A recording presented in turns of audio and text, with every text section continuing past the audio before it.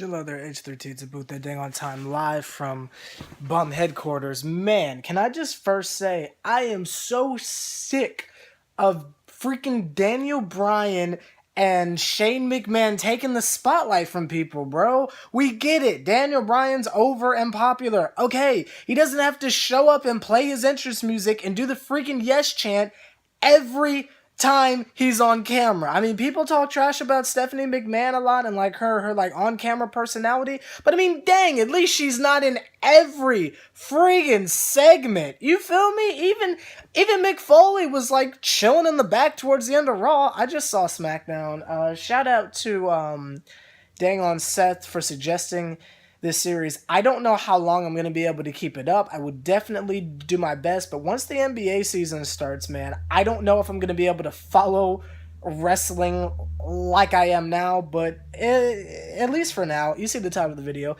Smackdown versus Raw this week, and the numbers, I don't know. I think it's the 27th today, I guess. So we'll just say Smackdown versus Raw, June 27th. Gosh dang it, the day after SmackDown Live, the technically first official, because last week was a draft. Let's keep it that way. So this was the first official SmackDown Live, and day before that, Monday, was the first Monday Night Raw. Now, I've kind of already talked about Raw. Granted, I didn't really do like a full review of it, but this series is just going to be basically scoring the two who wins overall. Bro, why do people keep calling me while I'm making videos? But that's not here or there. So I guess at the end of the year, we'll compare the scores. I don't know. I'm probably not going to keep track of this, but that's not here or there.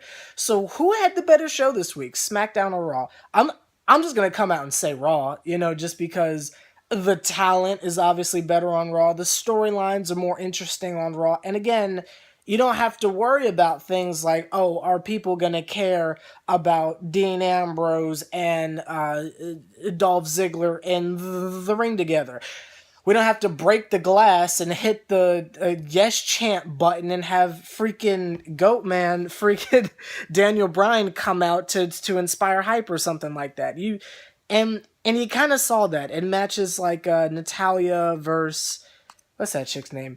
Becky Lynch. And what's up with all the divas and no one having solid colored hair? There's like Charlotte and Natalya and Paige. Other than that, everyone's got like purple and green in their hair. What's up with that? But that's neither here nor there. Yeah, but you saw with matches like that, nothing against them, not because they're girls, but just because the matches were just kind of lackluster. You got people like Baron Corbin in main event championship matches. Is Baron Corbin not in the mid card? I don't. It just kind of showed the lack that the other roster has. Now, what I will say that I think is really cool, and I've been wondering how it is they were going to do it, because now you've got Raw on Monday and SmackDown on Tuesday. There's no way they can book a venue for 2 days in a row. They're legitimately two different shows. Now, what I mean by that, not the obvious, oh, it's two different characters and two different rosters. No, like SmackDown was in Buffalo, New York, and I think Raw was like in like, I guess, where was it, like Wisconsin or something crazy like that, like Detroit, just like somewhere like nowhere near New York. So they're on two different tours. That means they're not even traveling with each other. They're legitimately different shows. Like Raw's gonna be in Atlanta next week, so SmackDown could be in like freaking Colorado. I just think that's crazy. Like for the last few years, I mean, they basically traveled together, like as one large Vince McMahon traveling circus, but now, since it's two different rosters, they're like literally at different venues.